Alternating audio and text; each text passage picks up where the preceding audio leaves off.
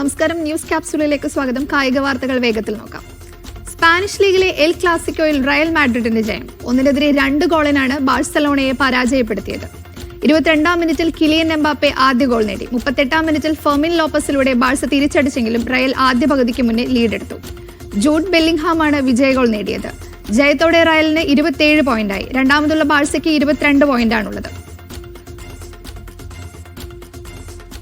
English premier ലീഗിലും ആഴ്സണലിലും ബേൺമൌത്തിനും ജയം. ലീഗിൽ ഒന്നാമതുള്ള Arsenal എതിരില്ലാത്ത 1 ഗോളിന് ക്രിസ്റ്റൽ പാലസിനെ തോൽപ്പിച്ചു. ബേൺമൌത്ത് നോട്ടിംഗ് ഫോറസ്റ്റിന്റെ 2 ഗോളിനും പരാജയപ്പെടുത്തി. ജയത്തോടെ ബേൺമൌത്ത് ലീഗിൽ 2ാമതെത്തി. അതേസമയം മുൻ ചാമ്പ്യന്മാരായ മാഞ്ചസ്റ്റർ സിറ്റി ആസ്റ്റൺ വില്ലയോട് തോറ്റു.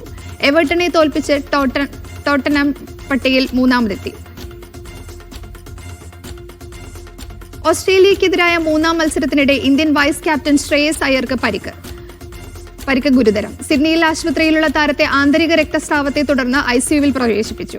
അലക്സ് കാരിയെ പുറത്താക്കാൻ പിന്നോട്ടോടി ക്യാച്ച് എടുക്കുന്നതിനിടെ ഇടത് വാരിയലിനാണ് ശ്രേയസ് അയ്യർക്ക് പരിക്കേറ്റത്. രാജ്യാന്തര ജിയോജിത്സു താരവും പരിശീലകയുമായ രോഹിണി കലാം ആത്മഹത്യ ചെയ്തു. മധ്യപ്രദേശ് ദേവദാസ് രാധാഗഞ്ച് അർജുൻ നഗറിലെ കുടുംബ വസതിയിലാണ് താരം തൂങ്ങി മരിച്ചത്. 2022 ഏഷ്യൻ ഗെയിംസിൽ രോഹിണി ഇന്ത്യയെ പ്രതിനിധീകരിച്ചിരുന്നു. അസ്തയിലെ സ്വകാര്യ സ്കൂളിൽ ആയോധന പരിശീലകയായിരുന്നു രോഹിണി. 2020-ൽ ഇന്ത്യക്കെതിരെ പന്തെറിയാൻ ഇന്ത്യൻ വംശജൻ തൻവീർ സാഗയെ വിളിച്ച് ഓസ്ട്രേലിയ. ഏകദിന പരമ്പരയ്ക്ക് പിന്നാലെ 2020 മത്സരത്തിനായി ഒരുങ്ങുന്ന ഓസ്ട്രേലിയൻ ടീമിലാണ് ആദം സാംബയ്ക്ക് പകരം ഇന്ത്യൻ വംശജനായ സ്പിന്നർ തൻവീർ സാഗയ്ക്ക് ഇടം.